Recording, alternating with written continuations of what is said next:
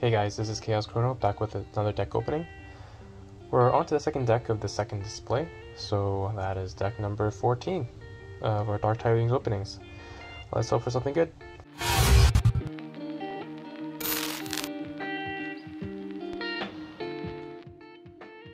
Got my first Evil Twin deck. That Archon looks sick. It's a Star Alliance, Shadows, and Untamed deck. Evil Twin of Long Glow Gold Drone. Let's see what we got. Alright, starting with Untamed, we have the Fittest. It's an action, Aember whenever you play it. Give each friendly creature a +1 power counter. Persistence Hunting, it's an action, Aember whenever you play it. Choose a house. Exhaust each enemy creature of the chosen house. Deepwater Gruin, 5 power creature with 2 Aember pips. When you play or reap with it, if the tide is low, your opponent gains an Aember. Kangafant, 5 power creature. Each creature gains reap, destroy this creature. Genetic Drift, it's an action, Aember whenever you play it. Give a creature a +1 power counter, then give each creature with a +1 power counter another +1 power counter. Fangtooth Cavern, it's an artifact, Aember whenever you play it. At the end of your turn, destroy the least powerful creature. Pester Grove, it's an artifact, Aember whenever you play it. Each creature enters play enraged.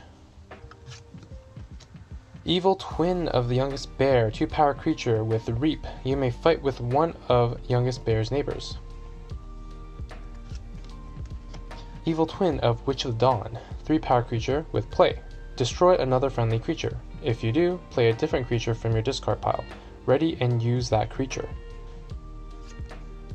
2 copies of the Witch of the Dawn. Evil Twin of Old Patty, 5 power creature. And when you reap, discard the bottom card of your opponent's deck, or the bottom 3 cards instead if the tide is high. Destroy a creature that shares a house with one of the discarded cards. An Evil Twin of Mookling, 2 power creature. After your opponent forges a key, give Mookling a +1 power counter for each Aember spent to forge that key. Okay, so we get more powerful Mooklings. That is it for Untamed. That's quite a bit of number of Evil Twins. Moving on to Star Alliance, we have Zap. It's an action, and whenever you play it, deal 1 damage to a creature for each house represented among creatures in play. Unity or Discord. It's an action. When you play it, choose one. Use a friendly non-Star Alliance creature, or return up to 2 friendly creatures and each upgrade attached to them to their owner's hands. Officer's Blaster, it's an upgrade, and whenever you play it, this creature gets +2 power. And this creature gains Destroyed. Attach Officer's Blaster to this creature's right neighbor. Diplomat Aegon, 2 power creature with Play Fight Reap. For the remainder of the turn, a friendly creature belongs to the house of your choice, in addition to its other houses. 2 copies of Diplomat Aegon. Gonna call this one Teresa, 3 power creature. Teresa may be used as if it belonged to either of its neighbor's houses, and Teresa may be played as an upgrade instead of a creature with the text, this creature may be used as if it belonged to either of its neighbor's houses. Lay of the Land, it's an action, Aember whenever you play it. Look at the top 3 cards of your deck and put them back in any order. Draw a card. Agent Septia, it's a 4 power creature with Fight Reap. Deal 1 damage to a creature. If the tide is high, stun that creature. Encounter Suit, it's an upgrade. After an action card is played, but before resolving its play effect, ward this creature. Commander Dirkscar, it's a 4 power creature, enhanced with the damage pip. After an upgrade is attached to Commander Dirkstar, or one of its neighbors, gain 1 Aember. Like that. Evil Twin of Shield You Later, 5 power creature. Shield You Later may be played as an upgrade instead of a creature. With the text, this creature loses all armor and gets -2 power. Evil Twin of CR Officer Hawkins, 2 power creature with Deploy. And when you play him, your opponent loses 1 Aember for each of CR Officer Hawkins' non-Star Alliance neighbors. That's it for Star Alliance. Lastly, we have Shadows, starting with Shoulder ID. It's a 6 power creature with Taunt. And Shoulder ID cannot fight. When Shoulder ID would deal damage, steal 1 Aember instead. 2 copies of Shoulder ID. Loot or Pillage, it's an action and you choose one. Steal an Aember, or friendly creature captures 3 Aember. Jackie Tar, It's a 2-power creature with elusive and enhanced with a damage icon. When you reap, deal 1 damage to a creature. If the tide is high, deal 6 damage to a creature instead. 2 copies of Jackie Tar. Hornswoggle. It's an action, Amber whenever you play it. Use an enemy artifact as if it were yours. 2 copies of Hornswoggle. Cement Shoes. It's an action, Amber whenever you play it. Deal 2 damage to a creature. If the damage destroys that creature, raise the tide. Miasma Bomb. It's an artifact, and it enhances 1 damage pip.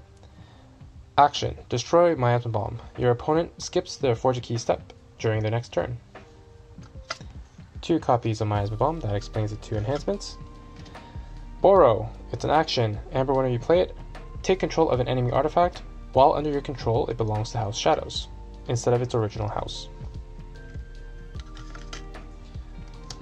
Mole. It's an upgrade. Amber, whenever you play it, this creature gains, your opponent may spend Amber on this creature as if it were in their pool. That is it for the deck. Let's get this organized and see what we got. Let's start with the Untamed set. Fangtooth Cavern, unfortunately, will likely hit our own creatures since we have a bunch of 2s and 3s. So depending on who you play against, what deck they're using, that may or may not be that useful for you. Pester Grove, just an annoying card overall. Everybody comes in enraged. This deck doesn't really want to fight either, and Youngest Bear, again, is another card that helps you fight, but you don't really necessarily want to. However, with board control, it is pretty limited, so that Fangtooth Cavern might actually be more important to have on the field to control your opponent's board, and you might not rely on your board as much. There are 18 creatures, so it's right down the middle, and it can kind of go either way. Plus, some of your creatures can be played as upgrades. The Fittest and Genetic Drift is a great combination together. The Fittest can give your entire board +1 power counters, and then your Genetic Drift can give them additional ones, making it better for that Fangtooth Cavern.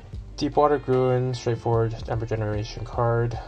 Playing it on high tide is ideal. Kangafant just prevents reaping, so that might actually hurt you in the long run, as you have plenty of creatures that benefit from being able to reap. Namely Old Patty, Agent Septia, Diplomat Aegon, and Jackie Tar.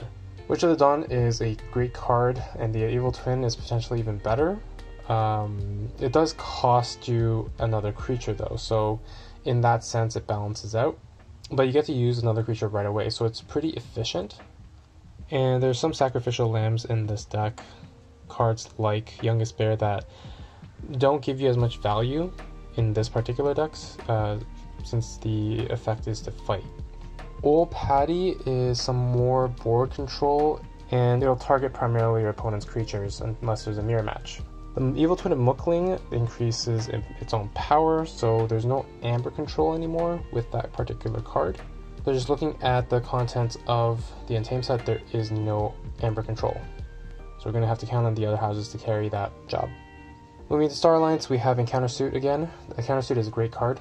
Protects one of your creatures almost indefinitely, especially if you have time. And we do have the 2 shoulder IDs, so that's pretty nice.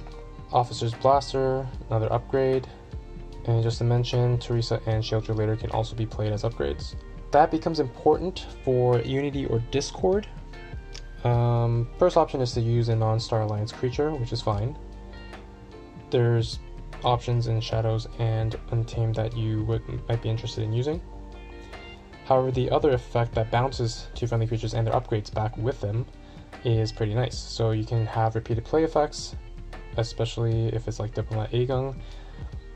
You can play them down, play the Blaster on, bounce them back. You have another Amber to play with the Blaster.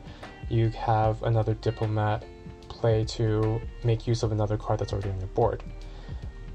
Same thing kind of applies to Teresa, as you can kind of bounce that creature back to play Teresa down on another creature to make use of on that turn. So there is some burst potential with that kind of play. Not to mention there's Commander Dirkscar, which helps you gain Amber based off of upgrades being attached to him or any of its neighbors. So there's a lot that's the Unity or Discord can act like a transporter platform for more than one creature, and then you can really kind of stack the effect of Commander Dirkscar with upgrades being played. and of course Teresa and Shield You Later can count towards that as well. However, Shield You Later is primarily going to be used to debuff your opponent's creatures, so that's maybe not going to be used on your end.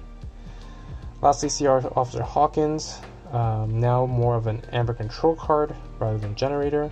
And with Deploy, with the Unity or Discord, you can kind of have replay value with him. It's not too bad.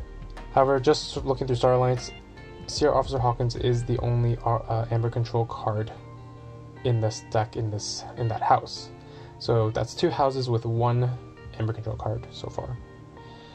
Lastly, into Shadows, we have Mole, great card, especially if your opponents hold on to Aember for you. Miasma Bomb, 2 copies, nice delay.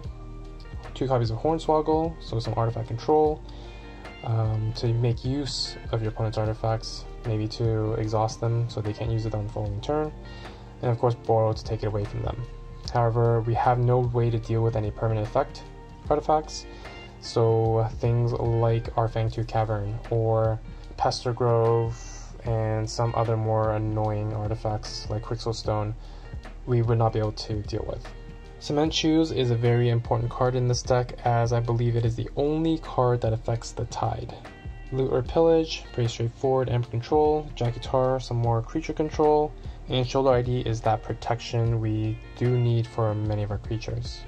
So overall, this deck is kind of interesting. It has a lot of pieces. It has a fairly large combo to really burst up, again depending on if the cards come in at the right time, since you don't have a way to really archive and prepare a turn ahead of time. The Evil Twins are really cool, probably give a lot of value to this deck. However, there are just some weak points in this deck, like the Aember control and the creature control consistency. Since a lot of it is board based, and some of it does potentially hit our own deck. Overall, with 15 pips of Aember, it's a pretty solid deck. It's got potential, and looks actually pretty fun to play. Overall performance though, I don't think it's a top level contender, so I'm gonna rate this deck closer to a 68. Part of me feels like it hit the 70 range, but I feel like where the weaknesses lie prevents it from really performing at that level consistently. Anyway, that's it for this deck. Let me know what you guys thought. If you like this kind of deck, if you think I missed anything, feel free to post that in the comments below. I'll see you guys in the next video. As always, be kind and happy forging.